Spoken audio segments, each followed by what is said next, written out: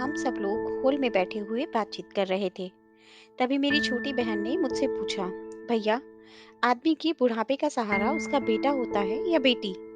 मैंने कहा, बहन, ये प्रश्न ना करो तो ही अच्छा है, क्योंकि इससे कोई तो खुश होगा, किसी को दुख होगा।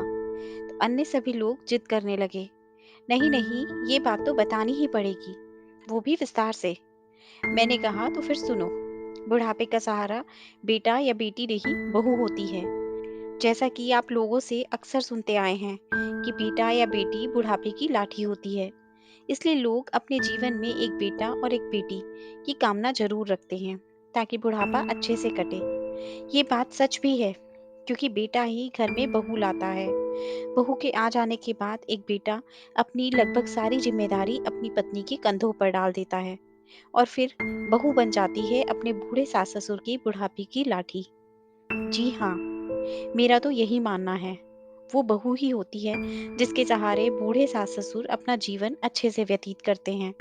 एक बहू को अपने सास ससुर की पूरी दिनचर्या मालूम होती है। कौन कब और कैसी चाय पीते हैं, क्या खाना बनाना है, शाम में नाश्ते में क्या देना है, रात को हर हालत में 9 बजे से पहले खाना बनाना है।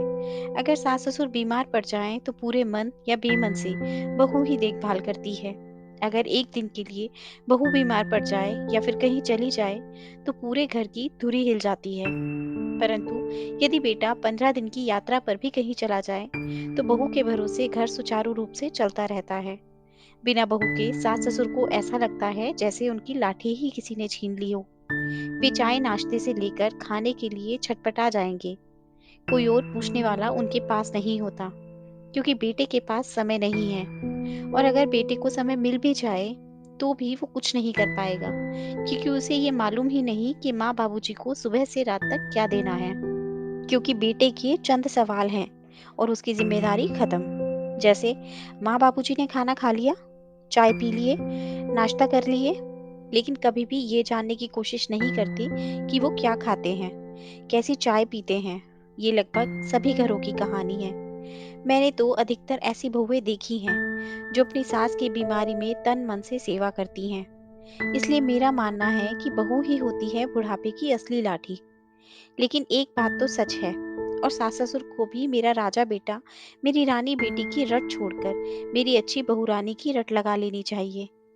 हो सकता है यदि बहू में आपके प्रति थोड़ा कड़वापन आ भी गया हो तो वो धीरे धीरे कम हो जाएगा और आपके प्रति सम्मान की भावना बढ़ जाएगी। अतः अपनी बहू में सिर्फ कमियां ना ढूंढें, उसकी अच्छाइयों की कद्र करें। बहू की त्याग और सेवा को पहचानिए। बेटे और बेटी के साथ बहू को भी अपना मानिए। और मेरी बेटी मेरा अभिमान, मेरा बेटा मेरा अभिमान तो सही है। एक बार गर्व से कह के तो देखो, मेरी बहू मेरा अभिमान। पूरी दुनिया जीत कर भी अगर माँ बाप का दिल ना जीता तो वो जीत हार के समान है। दोस्तों, आशा करती हूँ आपको ये कहानी अच्छी लगी होगी और जरूर कुछ नया सीखने को मिला होगा। आपका एक लाइक, शेयर और सब्सक्राइब हमें ऐसी ही और वीडियोस बनाने के लिए मोटिवेट करता है। इसलिए अगर अभी तक आपने हमारा चैनल सब्सक्राइब नहीं किया तो प्लीज़ आप हमारे चैनल को सब्सक्राइब करें। आपसे कल फिर मुलाकात होगी एक नई कहानी के साथ। धन्यवाद।